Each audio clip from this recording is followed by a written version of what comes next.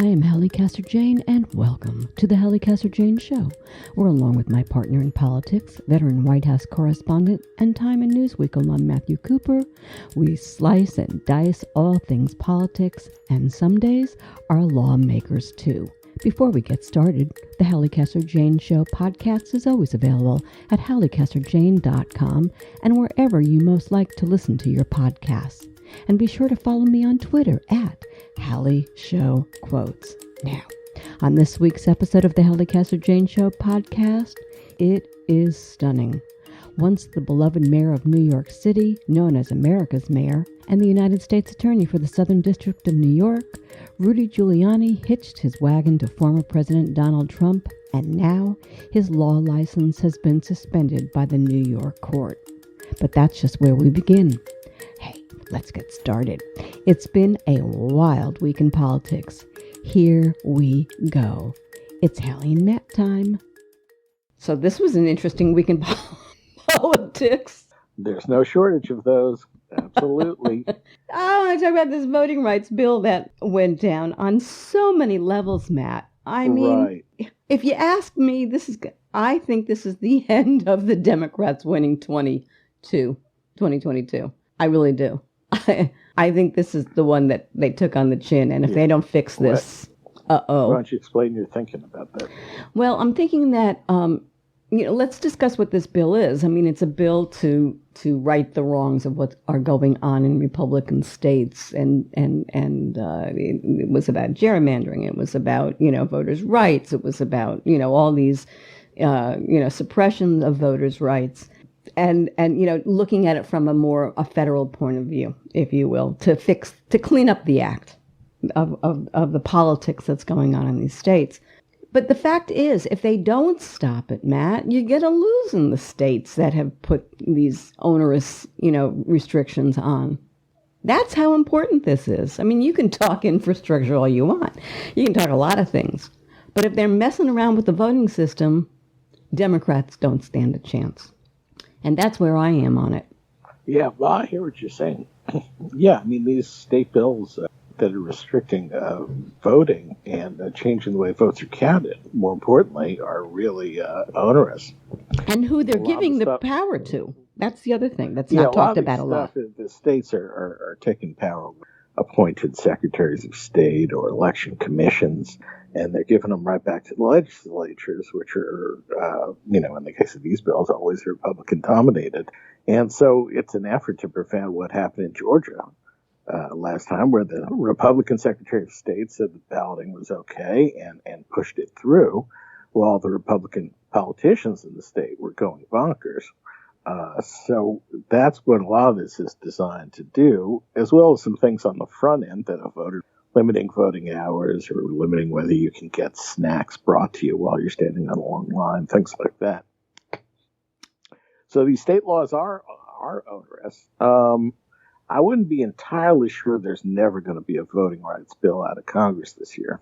It's not going to be this one, which was a huge grab bag of things that included campaign finance reform and all sorts of things. I think they may yet get something, but I agree, this is not good. And the thing about it is that how they lost it needs to be discussed, because if it happened here, it can happen in a lot of different, areas of the agenda of Mr. Biden. This Joe Manchin thing, it's not going away. And I know he's not the only one, but he is the leader of the idiots who are still screaming bipartisanship, right? He was remarkably quiet the day after the vote. I know he went on West Virginia radio, but, and in West Virginia radio tried to make it like, look, I tried. So, it's, and he was talking to one of his, West Virginia old-time radio guys. It was ridiculous. Your people. When you lived there. Well, the thing about it is that West Virginia's a strange little place. It really, really is. And I don't think... I know what you're saying. What you're saying. And nobody's reading it right. That's the other thing. I don't think the Democratic Party is reading West Virginia right. They keep saying, hasn't voted for a Democrat in 4 elections or something to that effect. They still lean left, and all the polls are showing they wanted this Voter Rights Act. They want Manchin to get off of his whatever, but he winds up voting for this legislation, which is basically just to have a conversation about voter rights bill. Why did he have to go through that whole thing? It was disgusting. And you know what? He needs to be beaten down about it. He's not going to switch parties. He needs to be beaten down. I'm infuriated with it because it was all of him that made it impossible to pass, even if they got the 50 vote at the last second. That's all. You got anything on that? Well, I just think there are limited things you can do to get Manchin to change. If you've got the secret formula, I'm all ears, but I don't think any national threats in West Virginia don't really affect him. I think it's just got to play out so he feels like he gave bipartisanship its best shot, and then. Well, if this didn't prove it to him, then it's a joke. What will? Well, I think we're gonna find out sooner than later. I think if he gets through, if there is a bipartisan infrastructure deal, he'll be emboldened to keep pressing for non-Democrat only solutions. But I think if Chuck Schumer, Nancy Pelosi, or President Biden had a magic wand, they could wave it and change Joe Manchin's mind about this filibuster. Okay, so let me throw this question. Yeah. Well, let me throw this question. Yeah. I think they're at, Well, they feel like they got a lot of leverage here. Let me ask you this. Would Mitch McConnell let him get away with it if it was on his team? If he was on his team? Yeah. Well, if he was by some freak elected from a super liberal, as a Republican from a super liberal state, Mitch would lean on him. But if he was as recalcitrant as Manchin, he could be like. I don't agree. I think that's the difference between the Democrats and the Republicans, and that is that Mitch McConnell plays as hardball as you can get, and Chuck Schumer, well, he's a sweet man. What can I say? But then we get into that story again, and we're going to discuss that in a minute. You brought up the infrastructure bill. It looks like there may be some kind of a deal. I know last week they were talking $6 trillion. I read this morning $1 trillion. I think we started at $23 trillion. So I don't know what kind of a deal this is. You got any insight on this?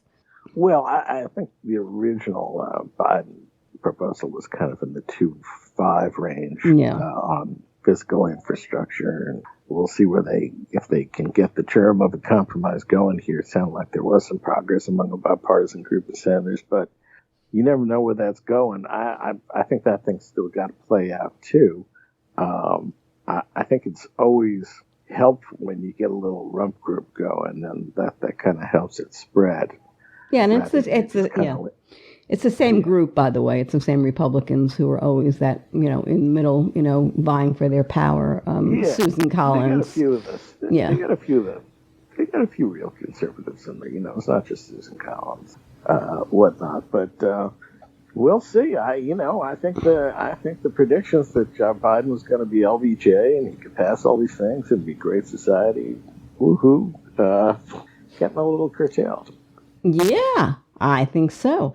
And speaking of infrastructure, two things. One is, I thought this was a brilliant piece of legislation and was very forward-thinking, which this country has not been for too long a time. So that included, the information highway, and it included, cleaning up the air and the land and the water and the sea.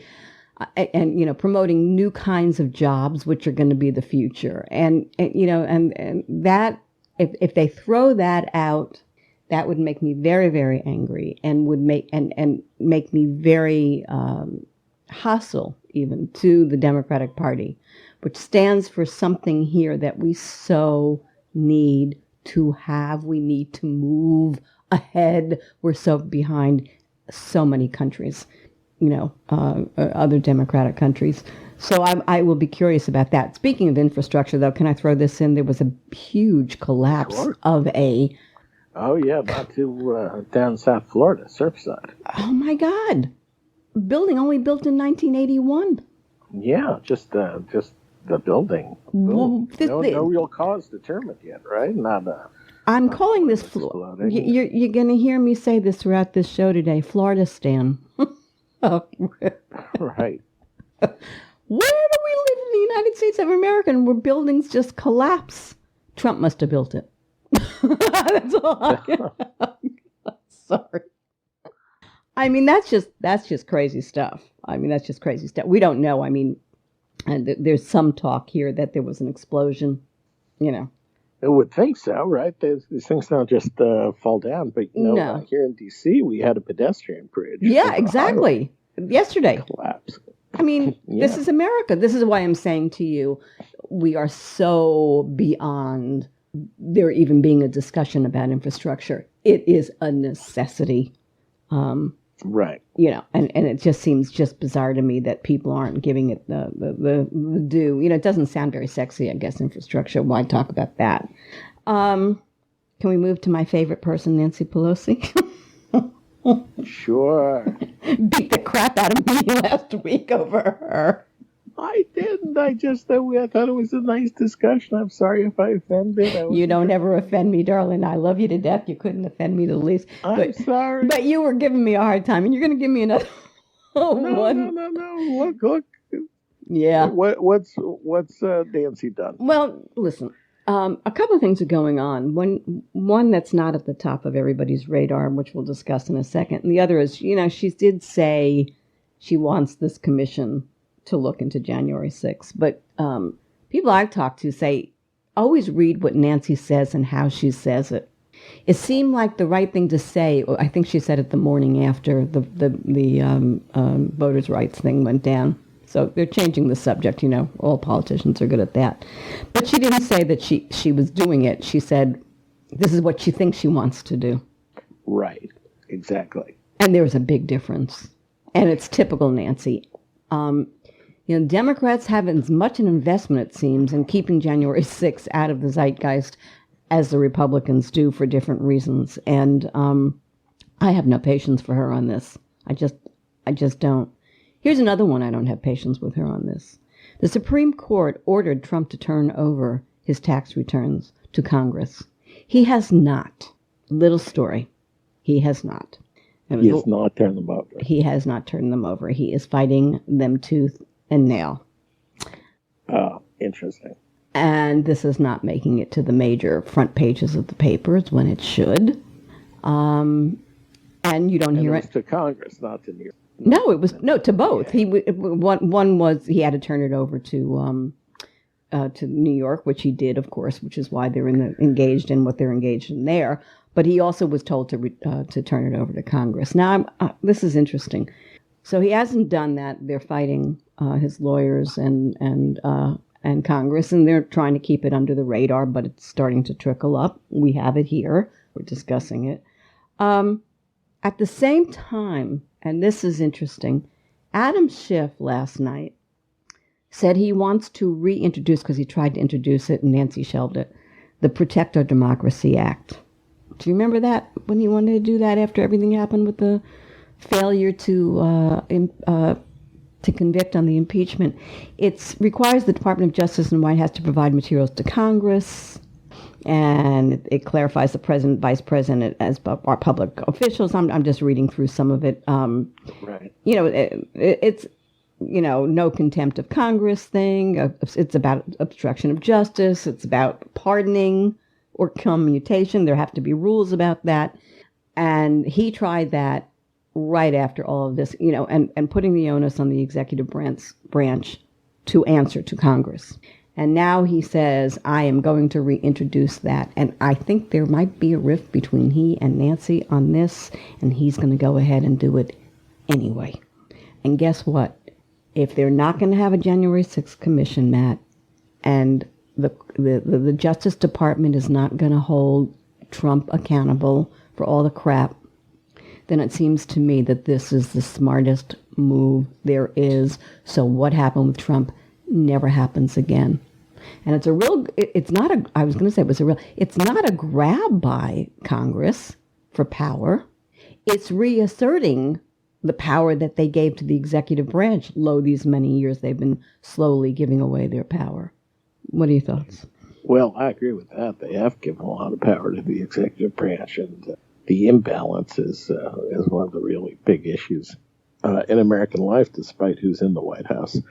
There's no reason Schiff shouldn't do it. I mean, he might get Nancy's ire, but he's gonna hate himself if he doesn't, and there's probably support for it.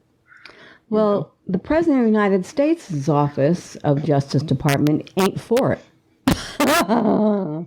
Gee.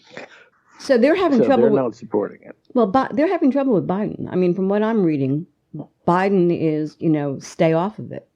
In other words, the president is still, whether he's a Democrat or Republican, power is power, is still protecting the executive branch. Right. So he doesn't want. He's not going to sign him. Right. So even if you somehow got it through the Senate, it's really an interesting thing, and I'm always Adam Schiff is so interesting to me because he's a smart guy, he's a hell of a lawyer, that's for sure, and he's impassioned brilliantly where so many aren't these days. Right. But I don't know whether he is how far is he willing to go on his own, because he could be a real hero here. If he pushes it. Yeah, well, it's tough when, it'd be hard enough if the party leader doesn't like it in the House, but if the president does want to sign it, then, then you're kind of on a kamikaze mission, but maybe he's up for that. Yeah, well, somebody better be. Yeah. There were kamikazes. and there could be more. The House is investigating, however, a shadow operation in Trump's Justice Department. Another story that is just starting to trickle up. We're way ahead of the curve on this one. And I think it's an important story. And I'd be curious to see what they discover. Which brings me to Merrick Garland. Oy vey. What do you think of Merrick Garland? Yeah. How you feeling about Merrick Garland? Well, I think he's responded to the institutional pressure. We talked about this a bit last week. He's responded to the institutional pressures to preserve the president's authority and the Justice Department's authority in a number of areas, and that's led him to, defend Trump's position about, that rape lawsuit defamation lawsuit going forward from columnist Eugene Carroll, and it's led him to not want to turn over some memos to Congress related to the Mueller report. So he is defending the department, but I think it's a misguided, albeit well-intentioned, goal here, and I think it's put him and the White House in a bad place. Yeah, I just don't understand. I don't even understand his thinking. I really don't. I just don't. But this is a lesson in look at Congress, look at the executive branch, look at the Justice Department, and how once you get in power, how your tune becomes so protective of your domain and not the United States of America and what's best for the country. Was it always like that? I don't know. But it needs to stop. Because no institution within the government is more powerful than what's right for the people. I'm concerned about where we are in our thinking right now in this country on that level. Do you understand what I'm saying? By we, you mean the Biden administration? Well, it's not just the Biden administration. It could be a Republican. It's just whomever is in power in one of these branches, whether it be, the executive branch, Congress, the Justice Department, they get into the protecting their turf, not what's best. They sure do. Yeah. For the country. And I think it's also, I don't know this for a fact, but I'm sure the career people there recommended, not going after Trump and protecting the department's prerogatives in these areas. And then that raises an additional question, like for Garland and people around him, well, do we want to be seen as the political guys who overruled the career guys? And that gives them one more reason to just play it safe and not pursue Trump. So anyway, it's not a good situation. Not good. No, Not not good. And I get it's what's wrong with it's what's wrong with this country in general in our political orbit. I mean, this is third world country kind of stuff. This is why you get banana republics. Seriously. So, Yeah. you know, I don't know how it got not here, good. and I don't know how you fix it. Yeah, it's the right question you're asking, Hallie, and I don't know either, because people are kind of defending their turf no matter what, whether it's a corporation with a faulty product or in government or the church or wherever. People kind of circle the wagons, protect their turf. No morality at all. Absolutely none. Everything is do what you have to do to protect the turf at all costs, which to me is just utterly what's wrong with the country right now. So it gets back to the same old, same old. On the other hand, the Catholic Church is about to beat the shit out of Biden on his stance on abortion. So go figure that. I guess evangelical Christians aren't the same as the Catholic Church and the bishops, but what do you think of, I mean, oh, come on. Well, I think bishops have toyed with this in individual cases for a long time, denying the sacraments to politicians who support legal abortion. But, it's, if you compare the adulation that American Catholics and pride among Irish Catholics in particular over John F. Kennedy selection 60 years ago, well, my God, now here you've got the bishops going after probably the most devout president since Jimmy Carter, a real church-going, mass-attending Catholic like Biden over a position that they did not try to deny him the sacraments over, when he was vice president or senator for decades. But now that he's president, they're trying to, embarrass him and humiliate him. I think it's only going to backfire. I think the people who are so focused on criminalizing abortion are already kind of with the bishops. I think this is just going to turn off more parishioners. And if they start to do it to other politicians, well, I think they're going to be in still more trouble. So I'm really, I'm not surprised they're doing it. I think there's going to be a backlash in the pews. And at the 75% of Americans, 75% of Americans, not Republicans, not Democrats, all Americans favor, Roe v. Wade, the right to choose, but the Catholic Church doesn't pay taxes. Stay out of politics. Yeah, and they're also, they're disobeying the Pope, who basically said stay out of it. Exactly. I don't get it. I think he knows this way madness lies, and, abortion is legal in Catholic countries throughout Europe and, most of Latin America now, and it's, if they're going to excommunicate every Catholic leader who doesn't, barricade abortion clinics, they're going to... And and of course, why this one team? I don't know. They're not doing it over the death penalty or any of the social stuff. And can I just say one other little thing here? They're men. They're men. They are men. They're men. We know that much. Well, let's see if it passes. It takes. It seems like it will.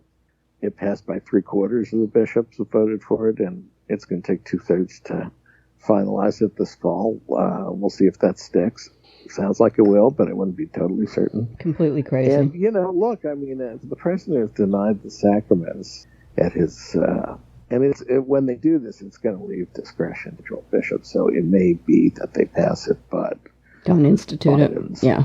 Yeah, Biden's, it doesn't apply, and he's fine, but it's... look, for them to thumb their nose at the Pope and the President, that takes chutzpah. You don't think of the bishops as passing chutzpah, but yeah. That's a lot of chutzpah.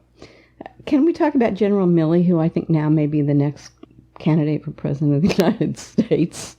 Jeez, what a performance yesterday, huh? Yeah, why don't you tell me? No, why don't you? You're much better. Well, I actually missed what was the, I saw the answer. But Well, they were in a hearing, and basically the hearing was, Matt Gaetz was pushing his buttons, Like, why are you teaching CRT at West Point? Typical whatever. And this guy just turned around and gave Matt Gaetz a lesson on wokeness and intellectualism, the likes I haven't seen anybody else do at all, period, end of the conversation. He was so brilliant, so adept, so, thoughtful in his comments, and so off the cuff. I mean, there wasn't an M or a hum or anything in it. He just waxed eloquent. It was really quite something, and Gates' face was worth every dime, for free TV. You could. Gates was like, "Huh? What?" But the point was well made. The point was brilliantly made, and I was very happy. The point being, we're going to teach. Well, you're not going to tell us. You're not going to tell us how to run our department. Number one, the military. And you're not going to play all this political bullcrap with me on wokeness. Start reading about what's really going on and how we're attending these things. And, nobody reads anymore. And there's an intellectual vacuum in this country for lack of anybody either being, educated properly or educating themselves properly before they open up a mouth. And don't talk to me about wokeness. If you can find it on YouTube, go listen to it, because it was quite something. It was really quite something. But he showed a side of a general, which we haven't seen in a long time. It was Eisenhower-like. That's all I can say. Yeah, it was good. He was eloquent under. He was eloquent under circumstances. And he was right. And he had the courage to stand up and say what he needed to say. We moved to crime, darling. You were the one who said the Democrats had a problem on crime. What do you think that Biden did on crime? Do you think it was worth anything, or was it an opening salvo? Or it's fine for a day, but it's coming late, and it's not. It didn't feel like that much. I don't think it was in proportion to the problem. I agree. So I think from now on they got to show more consistency on this. And this took a long time of rising crime rates. We're almost 6 months into the administration, so it's taken them a long time, and they've done so many equity events compared to this. And when you ask what's affecting the lives of minority residents, especially in urban areas, I just think the equity stuff is fine. It's what a Democrat president's going to do, but it's this really hits people where they live. You see the shootings of all these kids. It's really awful. But I do want to say this: it wasn't any better under Trump. It's not Biden's per se. Yeah, right. Let's make that point clear. The crime itself isn't Biden's fault. I don't mean to suggest that. I think. But that's what the Republicans are suggesting. Sluggish.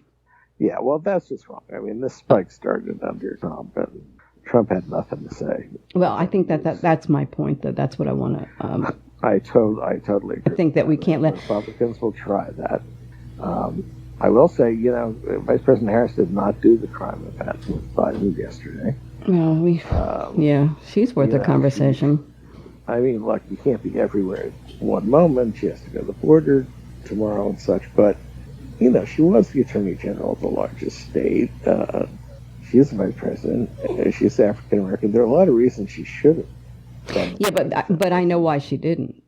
There were a lot of people who didn't like the way she ran her Attorney General's office in terms of crime.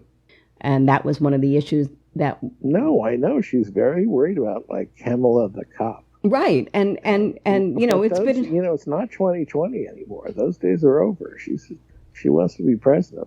She can't be worried about what, Cory Booker might say about her. Or let me say Oakland, this. Yeah, because this is on my list, kiddo. Activists in Oakland might say. Yeah, except to say this. Right now, she is very aware of, she is the Democrat that the press wants to beat the crap out of.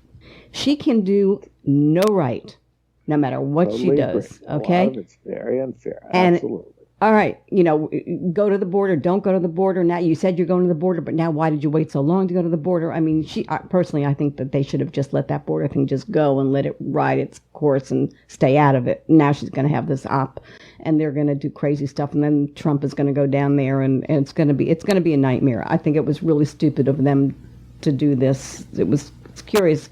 They made the decision to do it before Trump went, but okay. So that's who she is. And she's riding that, and she's trying to dance around all the incoming fire on her. So I have pity on her in that respect. Yeah.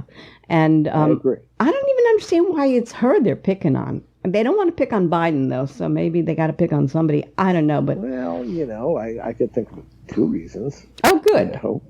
Yeah. Why the Republicans are picking up. Well, because she's black. Okay. Yeah, she's a woman. Okay, that's 2. You don't have to go any further. What was I thinking? They have this whole narrative that she's the crazy leftist who's pulling him. Well, she's California. She's a leftist. Yeah. But it's the press. It's the press that's doing it, though, Matt. That's who I'm pissed off at, because it's not. It's the New York Times and the Washington Post. It's everybody. Well, the press is very obsessed with kind of process and political adroitness. So when she makes, political missteps, they're jumping all over it, like that interview with Lester Holt about the border. And look, I agree with you. I think the border it's kind of, nothing, kind of a nothing burger, but it is something you have to do. Look, I say this from a place of, encouragement that for the country's sake, I'd like to see her succeed as vice president. Politically, I think she has potential to be president anytime soon, given his age, and she has a very difficult hand politically to deal with. But I feel like she could do it better, and she's being misserved by her choices, perhaps her staff's advice. I don't know who is running her show. Yeah, who's running her show? Is her staff running her show, or is Biden running her show? And that's what it's up to her. Well, we don't know that. We don't know that, and that would be very curious to me as to whatever. They did put her husband out finally. First interview today. Yeah, it took a long time. And it was fine. I don't think it really, Well, he's an interesting guy. Yeah, no, he's a likable guy. He's an interesting guy. So, the point being, I think they're starting to work on her a little bit in terms of her image right now. And I think they're floundering a little bit, but they realize that they got a problem and they're going to try and fix it. So let's see what happens. I would just say, if you look at yesterday's big crime event that she doesn't go to, she did the Pride. She ran a Pride. She walked at the White House instead. And look, she's from the Bay Area, and Pride is a very important part of Democratic, base voter politics. Yeah. So it's not surprising she did it, but I feel like if you want to someday be elected president of the United States, you got to broaden your support, and I fear she's not doing that. I never thought she was right for the job, as you know. So, whatever. Let's wait. It's a wait and see her.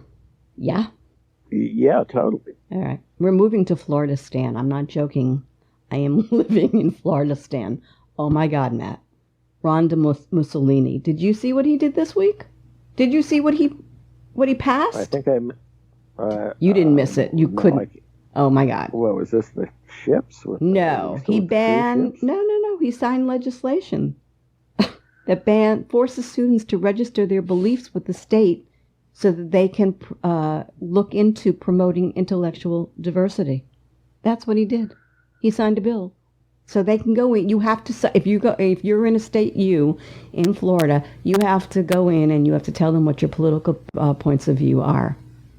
That includes students and teachers.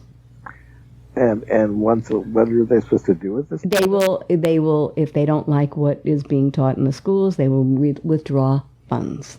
Because if the God. curricula doesn't match up with the students? If the curricula doesn't match up with what Mr. Mussolini thinks it should match up to. But I mean, they could withdraw funds for curricula now. So why do this? Because they're trying to control what is being taught in the school. Okay, well, I got to read up on this. I somehow missed it. This is bad. This is bad. Now let me tell you about Ron Mussolini. He banned ideas he doesn't like from being taught. That's what this was. He forced students to register their beliefs with the state to promote, quote unquote, intellectual diversity. He criminalized protest. Remember, you can drive through and kill anybody you want, if that's your choice. He suppressed voting rights. He had his enemy arrested, Rebecca Jones, the whistleblower. Remember that? Remember the thugs going in and going after her and running her? They ran her out of the state. And he keeps an enemies list of people who criticize him. I mean, those are just some of the things this guy's been doing in the last 6 or 7 months. Would you please explain to me what is going on and why this in any way is acceptable? Nationally. I got nothing for you. I got This is nuts. This goes under nuts. And he's popular, right? He's pretty popular. He's popular at the Christian conservative meeting last week. He was the straw vote for the next presidential candidate. This guy is, I don't know what is happening in Florida. I've never seen anything like it. It's just bizarre. It's just utterly bizarre. What's really utterly bizarre is that the national press is not explaining this, and this to me is terrifying.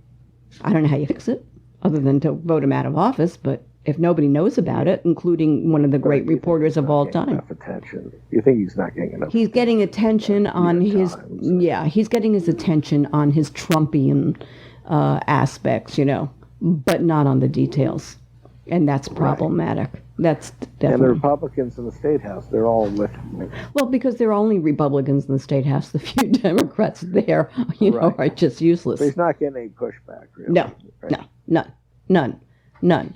And one of the candidates, Charlie Crist, announced to run for governor. There's virtually nobody's paying attention to him. He was given the no, you're not going to be the next governor by the press down here before he even started. And Nikki Fried, who is now the agricultural secretary, who was the only Democrat elected to national public statewide, is the candidate for governor. And she's got issues of her own, and I don't think she's strong enough. I just don't think she's got the mouthpiece to go up against, or the infrastructure to go up against him. So, what does he want to do? That's going to be interesting. Does he go run for re-election only 2 years later to say, I'm going to run for president? And anybody who votes for him knows that. I don't know. But this is a very bad thing. In the interest of time, we're going to move on because there are a couple of things we can't not discuss here. And one of them is something that's really got me very crazy. But I before I jumped ahead, I just want to say Biden did quietly yesterday, I think it was, remove Trump's head of the Border Patrol prior to her. Yeah, I saw that. Her going down, and that's a big deal. So let's see how that's going to play out. That's a very big deal. But I want to talk about something very strange. Hong Kong. Can we talk about Hong Kong? Oh yeah. Yeah, let's talk Hong Kong. Yeah, because Hong Kong is an issue. Not good. No. Not good and not fair, because the deal was when they returned to China, right? That 1997, right? They were going to leave Hong Kong, let Hong Kong be Hong Kong. 50 years. They're turning Hong Kong, which is like a major city on international levels, for commerce and what have you, right? Into it's prosperous, it's free, it's not free anymore. And that's what it was. So the silence on Hong Kong cracked down. Yeah, well, the other day they closed the number one paper, the pro-democracy Hong Kong newspaper founded by jailed media tycoon Jimmy Lai, who they did that a couple of weeks ago. They got him. So that's gone. They froze all the assets. And oddly, not a word out of the White House. This I do not understand. I mean, they're just figuring why make a to-do out of this, because it's going to become communist in 50 years anyway. Well, it's becoming communist now. I just think this is such a grab on Xi's part and a real problem on the Americans' part by not standing up to this. this is one of those places where you draw a line. I'm sorry. Yeah, I agree. I think it only emboldens Xi, and it only emboldens Putin and other despots. Aggressive despots. And so, I think, there are sometimes you have to, be more discreet or do things quietly instead of loudly. But this seems like one of the times you want to shout it from the rooftop. And I think it's very disappointing that Biden has. Yeah, it's amazing to me that this is happening.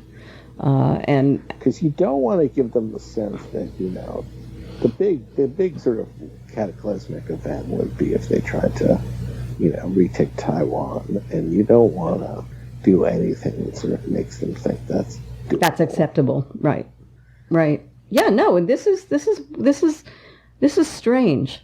This is very strange because I don't know, China. Look, the administration doesn't know how to. I don't think any administration in the last couple of years, since Nixon, maybe know how to handle China. They just don't know what to do. But this is bad. I think this is really, really, really bad. And so I'm screaming, open up a mouth, do something. Yeah. Or else. Sheldon Whitehouse made the news this week. I'm a big fan of his. He calls them as he sees them, and he's no stupid idiot. The Rhode Island Senator. Like the man a lot, except that the issue comes that he apparently belongs to an all-white, old-school yacht club. I think it's a yacht club. Okay. And I got an issue. If he wants to belong to a club and it happens to be all white, whose business is it? That's number one. But number two, he came out this morning and said, excuse me, I am not a member. My wife is a member. And I don't tell my family members what they can and they cannot do. I don't know if that's enough because I think, the woke left thinks this is fun and they're going to go beat the hell out of him as much as the right. I just, this is an issue. I think, technically you're right. It's a private decision. It's his to make. But if you're a liberal crusader on civil rights and justice issues, because he's a big ranking guy in the Judiciary Committee, and that's kind of your calling card, and then you belong to an all-white yacht club, it's probably not a great look. A yacht club that's been in existence for 1,001, but that's not yeah. No. All I'm saying to you is, well, it is and it isn't. You can't say it's one or the other. It just is. I don't know how many black people live in Rhode Island. That it's a long-standing. No, I'm just saying I don't know how many black people live club. Yeah, I don't know that it was. I don't listen. You like the Master. You like the Augusta National, and get some members. That's the way you solve this. It just it's one of those things where it's worth talking about. Yeah, I'm sure the member. Look, this is the world we live in, and more so now than 2 years ago, right? This is a world where Ellie Kemper, the actress, is getting pilloried for having gone to a debutante ball by a group that had been exclusionary towards blacks years before she was born. In any event, well, this is what I'm saying. It gets to be crazy. If you live long enough, as you and I have, God knows what they would look back and say. Sure. Oh my God! Seen this particular thing play out. Yeah, and usually the only way to fix it is you either quit or you get the club to give the token woman, the token black, the token Asian, the token. It's ridiculous. It is usually what. So I don't have any patience for that. I'm too real for that. Well, look, Augusta National, other venerable institutions have done it, and it's no big deal. It usually helps them anyway. No, it's given into the woke. But okay. All right. We had enough on that one. Listen to me. Here's another one I wanted to talk to you about. Can I bring up Brian Williams? NBC's Brian Williams. I am mad for Brian Williams. Pro Brian Williams. Pro Brian. Mad for. Not mad at. Mad for. Absolutely one of the best. He and Dan Rather, the relics of the past, although I think, at least one of them is working full time, Mr. Williams. And he is, you watch Tucker, I watch him. And he is just such a smart man and just so cheeky. when it's necessary to be cheeky. And I just think, and he got nailed because was it plagiarism he did? Or he bumped up oh my God. Yeah, right. Yeah. So, he lost his whole career and got, booted to 11 o'clock on MSNBC. The most underutilized reporter in America. Absolutely. And I just want to make a shout out to him because he really does get it. And he's not afraid to say it. And he's so clever. And he is one of the great interviewers ever. So, can I get you on my show, Mr. Williams? Okay. I'm telling you. Do you watch him? Ever? Sure. I covered the White House with him back in the 90s. Oh, I didn't know that. I know him. Sure, I know. Brilliant. I like him. He's a nice guy. Yeah, I mean, he's very funny. He incredibly funny, but he's funny in a way that Jersey guy. He's a Jersey boy, like you and I are Jersey boy and girl. Right. He is so clever in how he makes the points that need to be made without going over the top. And there's so few people these days who know how to do that without getting in real trouble. And so I think, he fascinates me. An Oath Keeper was sentenced yesterday for January 6th participation and given what amounts to community service. Is there a conversation here? Well, you tell me. I mean, are they kidding? Yeah. Are they? The sentence is too light. I'm telling you, it's like a thing. We're going to sweep January 6th under the rug. That's all I can figure because I don't understand that one. Not in my life. I do not understand it. It's scary. They better do something about this, or one of the things I wanted to say to you this week was that I think watch for the summer because I think there are going to be a lot of riots. From who? Well, they were out there protesting on the voters' rights thing, and Jesse Jackson got arrested the other day with I can't remember the other guy's name. But you mean, sir? I just didn't know who the protesters were. Oh, I think African Americans. I think you're going to have African Americans out there. I think you're going to have Trumpies out there. I just think it's going to get very hot. Antifa. Yeah, I'm worried because it's a violent summer ahead. I don't know if it's to the 68 kind of violence, but it's concerning. It's deeply concerning.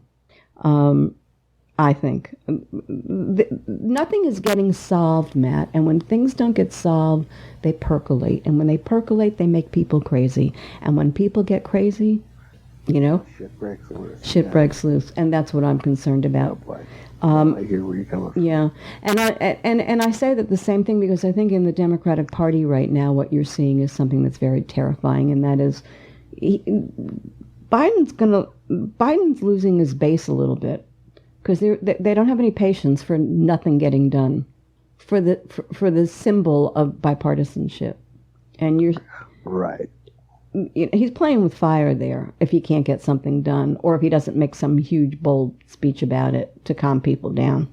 I'm just saying. No, I think it's a fair warning. Okay, Louis DeJoy. Still the Postmaster General. Another one of those things that nobody's moving on, what everybody in America wants moved on. Now he's saying that we're returning to the Pony Express mail delivery system. What used to take 1 day is now going to take 5. But he's still in power. Yeah. Anything there? I don't understand why he's still there. He's the man everybody loves to hate, so get rid of him.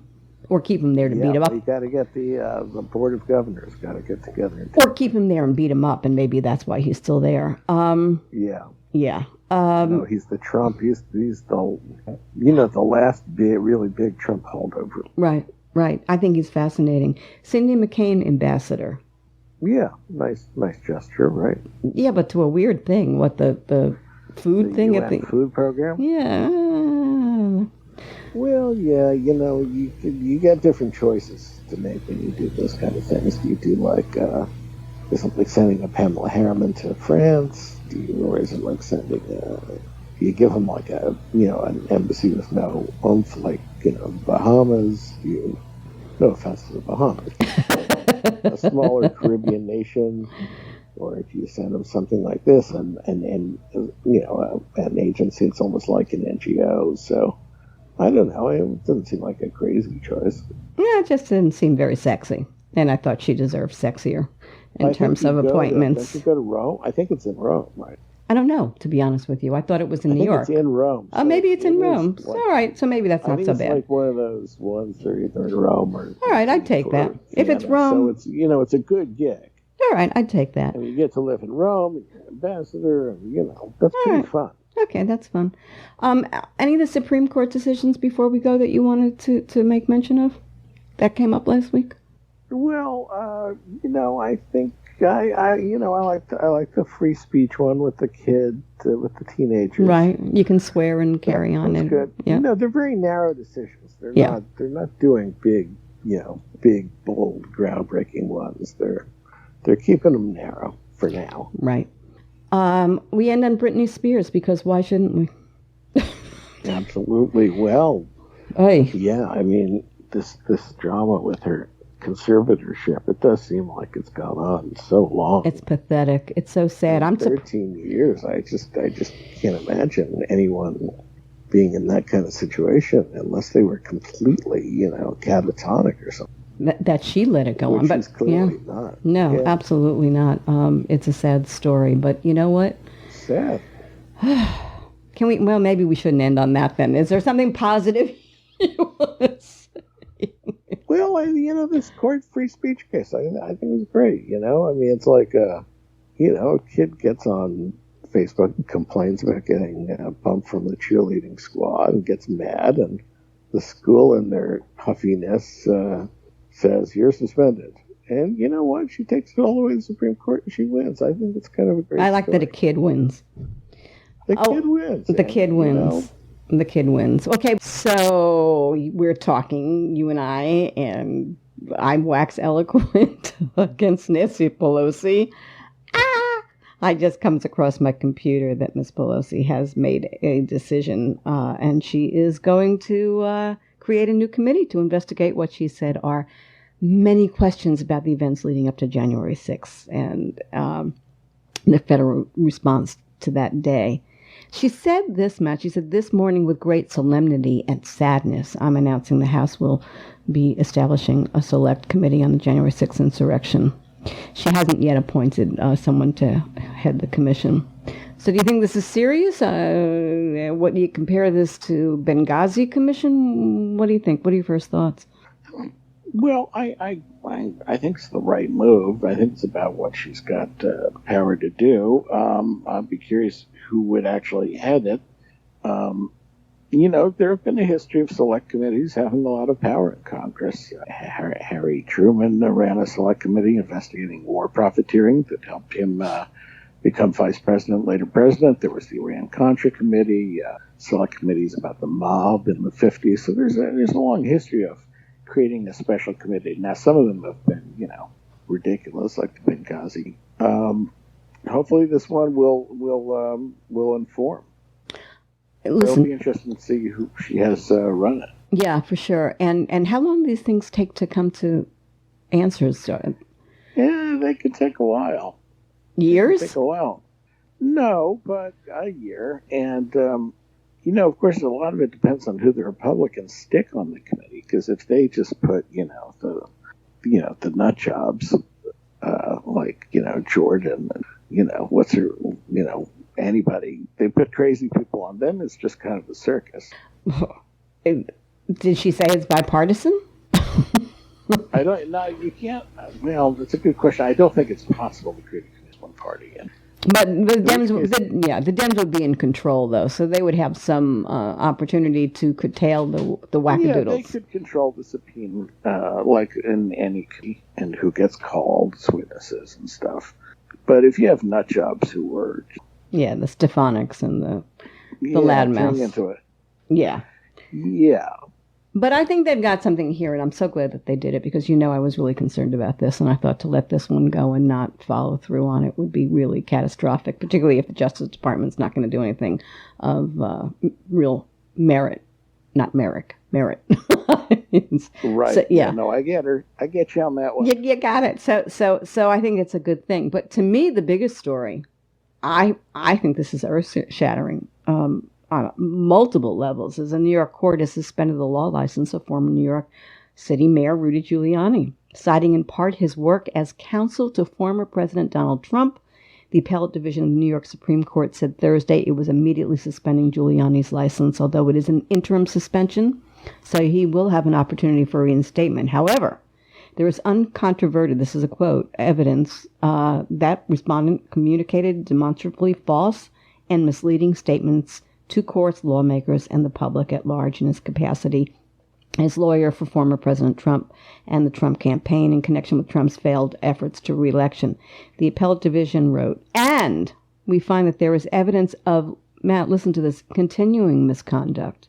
The underlying offense is incredibly serious, and the uncontroverted misconduct in itself will likely result in substantial and permanent sanctions at the conclusion of these disciplinary proceedings. Yikes. I mean, really. The former mayor. For Rudy.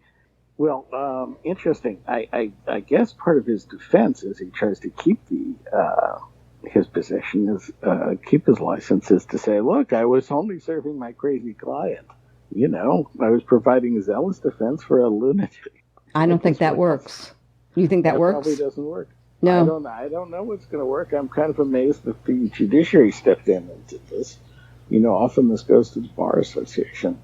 Well, there's pretty serious charges against Mr. Giuliani. Right. Not criminal charges, but law license. Yeah. Well, you get them where you can. No, absolutely. No, I just, I'm not an attorney. I thought this stuff was either Bar Association, but I guess not. I guess the courts can just say, look, you're not, you can't practice law here. Well, look, I can't believe anyone would be terribly surprised given his, crazy, wacky conduct during this. I mean, Trump's own ambassador to the EU said that, Rudy completely misrepresented his work when he was in the Ukraine. They kept saying, I'm here on a special State Department mission when he was actually there as Trump's private lawyer. And, it's... I think this is interesting, though, on this level. They are really going to destroy Trump in New York at every turn that they can. And they're just going to squeeze him at every turn that they can. I mean, he may be the most hated New Yorker by New Yorkers, be they in government, be they, in judicial roles, be wherever they are.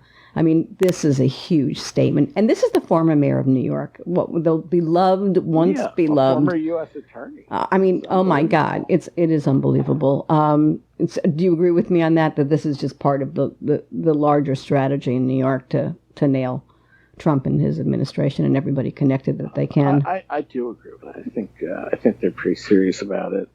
Yeah. There's a new Manhattan DA coming in. Oh, right. Yes. Next year. Now, I don't know if this will all be resolved by then, but likely not. I started the show with, this has been an interesting week in politics. Whoa, baby. Yeah, crazy stuff. So, this must be the first time in 50, 60 years Rudy Giuliani's not been a lawyer. I mean, it must be... Ouch. I don't know if he's personally devastated by it or nonplussed, but it's just as a thing, it's kind of amazing. The great Rick Wilson, everything Trump touches dies. I must say, it's there's not a good track record. No, and the only other part of this that I'll make mention to is why did Rudy Giuliani go down this road? He didn't need to. That's the part that's just so bizarre. He was so beloved at one time. How do you screw up like that? No answer? Well, no answer. I agree. I mean, you would think after the failed presidential bid in 2008, he would have just kind of let it go and just, made money. But he couldn't resist getting back in the mix, and, he decided to become Roy Cohn. Politics. Well, he should only have been Roy Cohn. Yeah, but he was like a really bad Roy Cohn. Wasn't he? He was a cartoon character, Roy Cohn. He wasn't the real deal. Well, he's just one. I think we're going to see a lot of them going down in New York, and God bless. I mean, it needed to be done. I'm sad, though, because there is something sad to see somebody implode like that. My money would have been on Sydney losing her license first. But. Exactly. We'll wait to see. Well, she should be in a home. Get the license. She's out. Well, he may be out there that much too. That's the thing. Well, like Rudy, she was a serious. I mean, I don't know that much about her, but she was a serious person at one time. Oh, very much so. Graduated UNC Law School in 2 years. She was a federal prosecutor. I mean, she had sort of a normal life before she was full-time bonkers. I'm going to make, before we close real quick, I'm going to make reference. I don't know if you remember that when Charlton Heston, the actor, who was so beloved, went off half-cocked on gun rights like a lunatic, like a complete and maniacal lunatic, so out of control, only to discover that he had dementia and he had Alzheimer's and he was in the throes of it and people didn't get it at the time he was going off like a lunatic. I almost feel that way with Rudy. Because he got some brain damage going on. Because somebody to go from A to Z like that, that's being kind. That's being kind to them. Yeah, to Rudy. Yeah. I mean, I think he always was nuts, abrasive. Yeah, he was abrasive. He was New York and a prick, but he wasn't, dripping hair dye down his face. Quite so buffoonish. Who can top that to end the show? Goodbye. Bye. Good Lord. Thank you for tuning in to the Hallie Casser-Jayne Show, a production of Resec LLC. The Hallie Casser-Jayne Show posts new podcasts Wednesdays, 3 p.m. Eastern, and is available at HallieCasserJayne.com and on all your favorite apps. Be sure to visit us on Apple Podcasts, Spotify, Google Podcasts, and follow me on Twitter at The Hallie CJ Show. Until next time, this is Hallie Casser-Jayne.